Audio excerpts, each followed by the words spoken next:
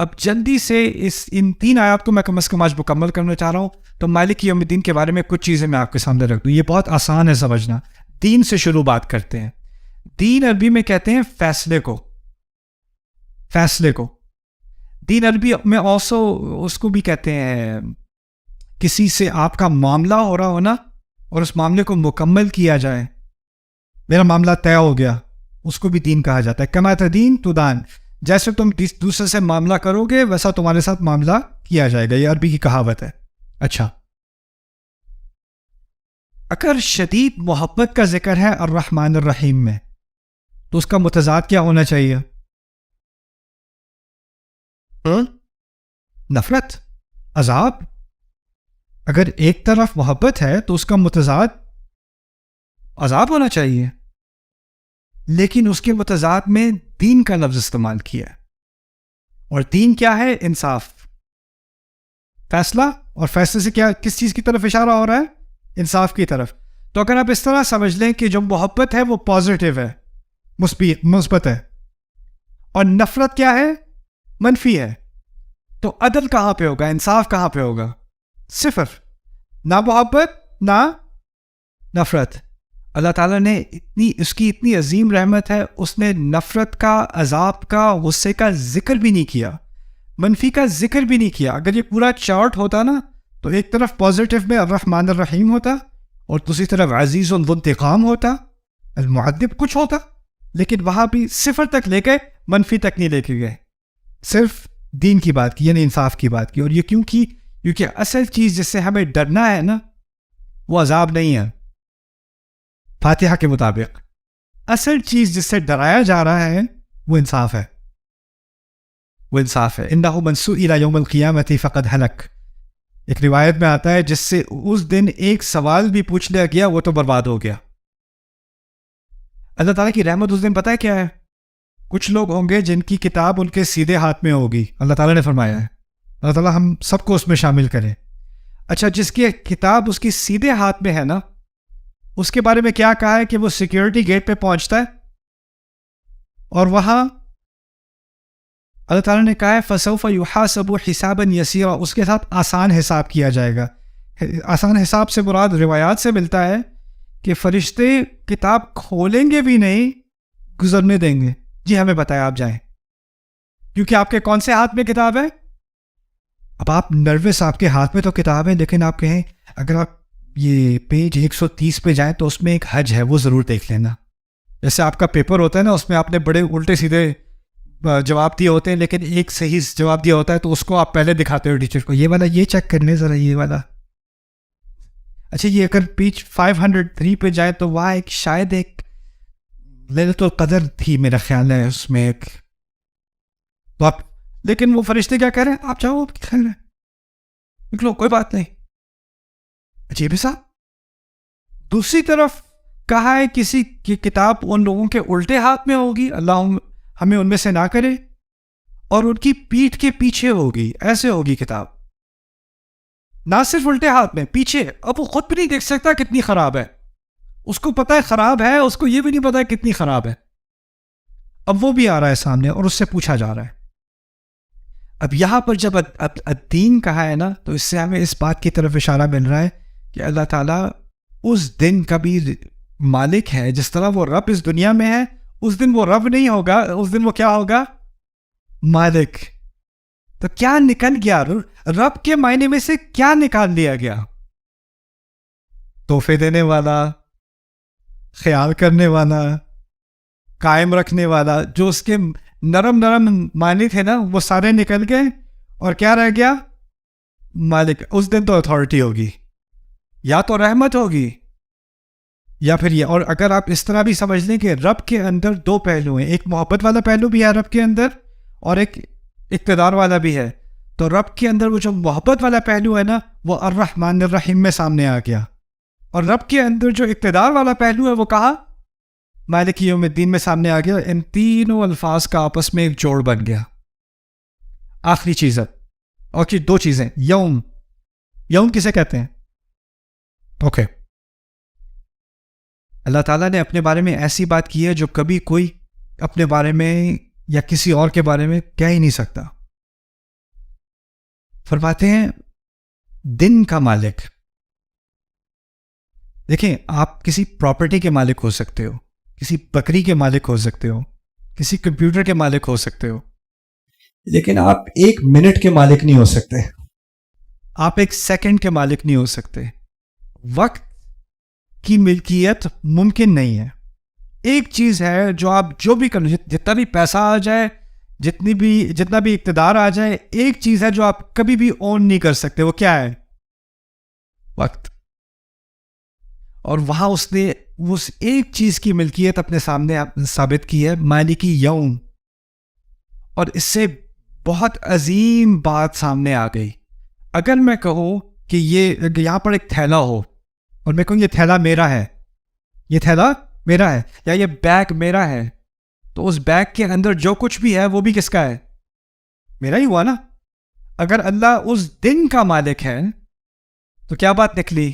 اس دن کے اندر جو کچھ بھی ہو رہا ہے اس سب کا وہ مالک ہے. اس سب کو ایکسپلین کرنے میں باقی قرآن ہے, لیکن وہ پوری بات ایک ہی محاورے میں شامل ہو گئی جب کہا مالک یوم, مالک یوم الدین. سبحان اللہ. یعنی بہت تھوڑے الفاظ ہیں فاتحہ میں, لیکن پوری کائنات ان کے اندر مضمر ہے. آخری بات اس کے مالک کے بارے میں سمجھ لیں. مالک اصل میں 2 قراءات ہیں. ہمارے نبی سے مروی صلی اللہ علیہ وسلم مالک بھی پڑھا کرتے تھے اور ملک بھی پڑھا کرتے تھے. مالک اور کیا؟ ملک.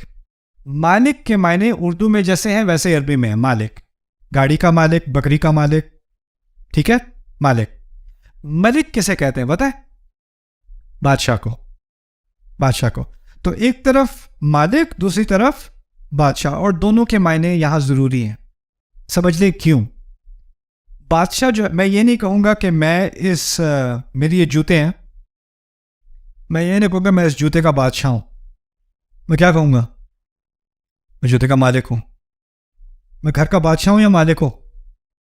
مالک. میں کمپیوٹر کا بادشاہ ہوں, مالک ہوں, مالک. لیکن اگر کسی کے پاس پورا آئیلینڈ ہو یا پورا ملک ہو, وہ کہے میں اس آئیلینڈ کا کیا ہوں, کیا بات سامنے آ رہی ہے؟ بادشاہ ہوتے ہیں بڑی بڑی سلطنت کے, اور مالک ہوتے ہیں چھوٹی چھوٹی چیزوں کے.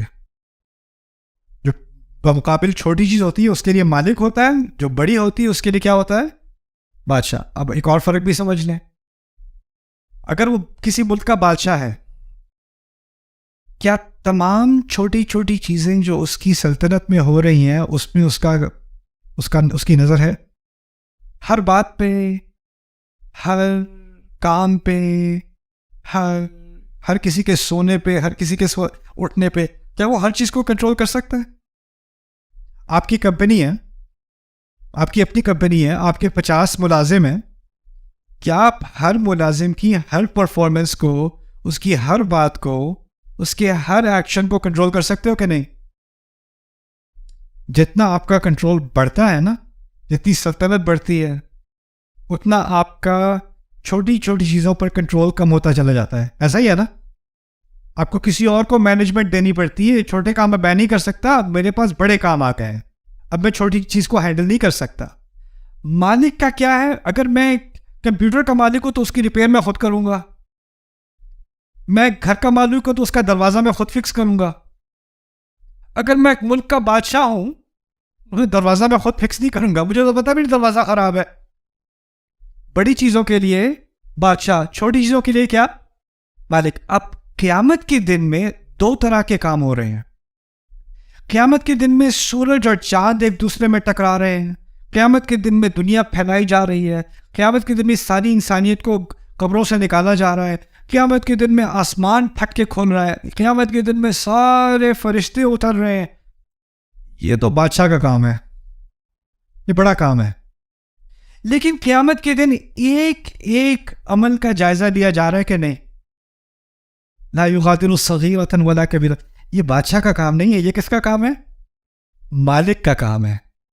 رسول صلی اللہ علیہ وسلم نے یہ آیت 2 طرح پڑھی, کیونکہ اس دن کچھ چیزیں مالک سے متعلق ہیں اور کچھ چیزیں ملک سے متعلق ہیں. سمجھ میں آئی بات؟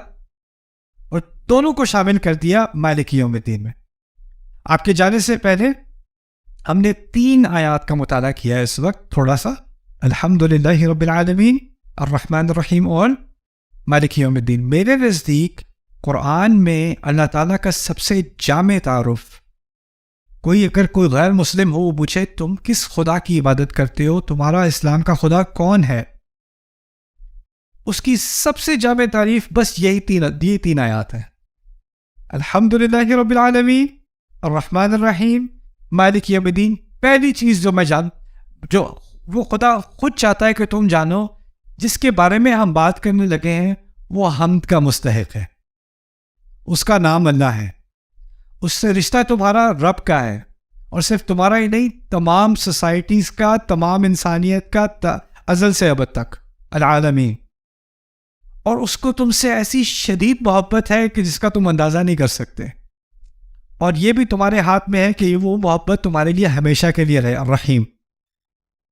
لیکن اگر تم نے اس محبت کا فائدہ اٹھانے کی کوشش کی تو یہ جان لو کہ آج نہیں تو کل نہیں، ایک دن آ رہا ہے، ایک کل آنے والا ہے جس میں پھر پورا حساب لیا جائے گا، اور ایک بڑی چیزیں ہوں گی اور چھوٹی چیز تک حساب لیا جائے گا. مالک یوم الدین. ایک پوری بیلنسڈ پکچر آ گئی میرے سامنے، ایک پوری تصویر آ گئی جس میں نہ اس طرف میں صرف اللہ تعالیٰ سے ڈروں، یا اس طرف میں صرف اللہ تعالیٰ کی طرف سے مطمئن ہو جاؤں اور مجھے کوئی فکر ہی نہ رہے. دونوں کے درمیان میں ایک مکمل بیلنس یہ آ گیا، یہ بات آ گئی ابھی تک فاتحہ میں. اور اس کے بعد جہاں سے ہم کل بات شروع کریں گے انشاءاللہ، وہ ہوگی کہ اگر یہ کوئی بات سن لے تو وہ کس نتیجے پہ پہنچے گا. یعنی اس ساری بات کا، ٹھیک ہے آپ نے یہ باتیں سیکھ لی اللہ کے بارے میں، سو واٹ، پھر کیا اس کا نتیجہ کیا نکلنا چاہیے؟ اگلی آیت اصل میں ان 3 آیات کا نتیجہ ہے کہ جو ان 3 آیات کو سمجھ لے وہ کہاں تک پہنچے گا، کس فیصلے تک پہنچے گا، اور خود ہی سے پہنچے گا. اس سے کہا نہیں جائے گا عبادت کرو، اس لیے عبادت کرو، یہ نہیں کہا گیا. کہا ہے ایاک نعبد، ہم صرف تیری ہی عبادت کرنے کو تیار ہیں، کرنے آئے ہیں. یعنی ہم اپنے آپ کو والنٹیئر کر رہے ہیں، ہم اپنے آپ کو اس نتیجے پر پہنچا رہے ہیں. اس کے بارے میں انشاءاللہ یہاں سے آگے جو اصل معجزات ہیں اس صورت کے وہ آگے آنے والے ہیں انشاءاللہ، اس پہ کل ملاقات ہوگی.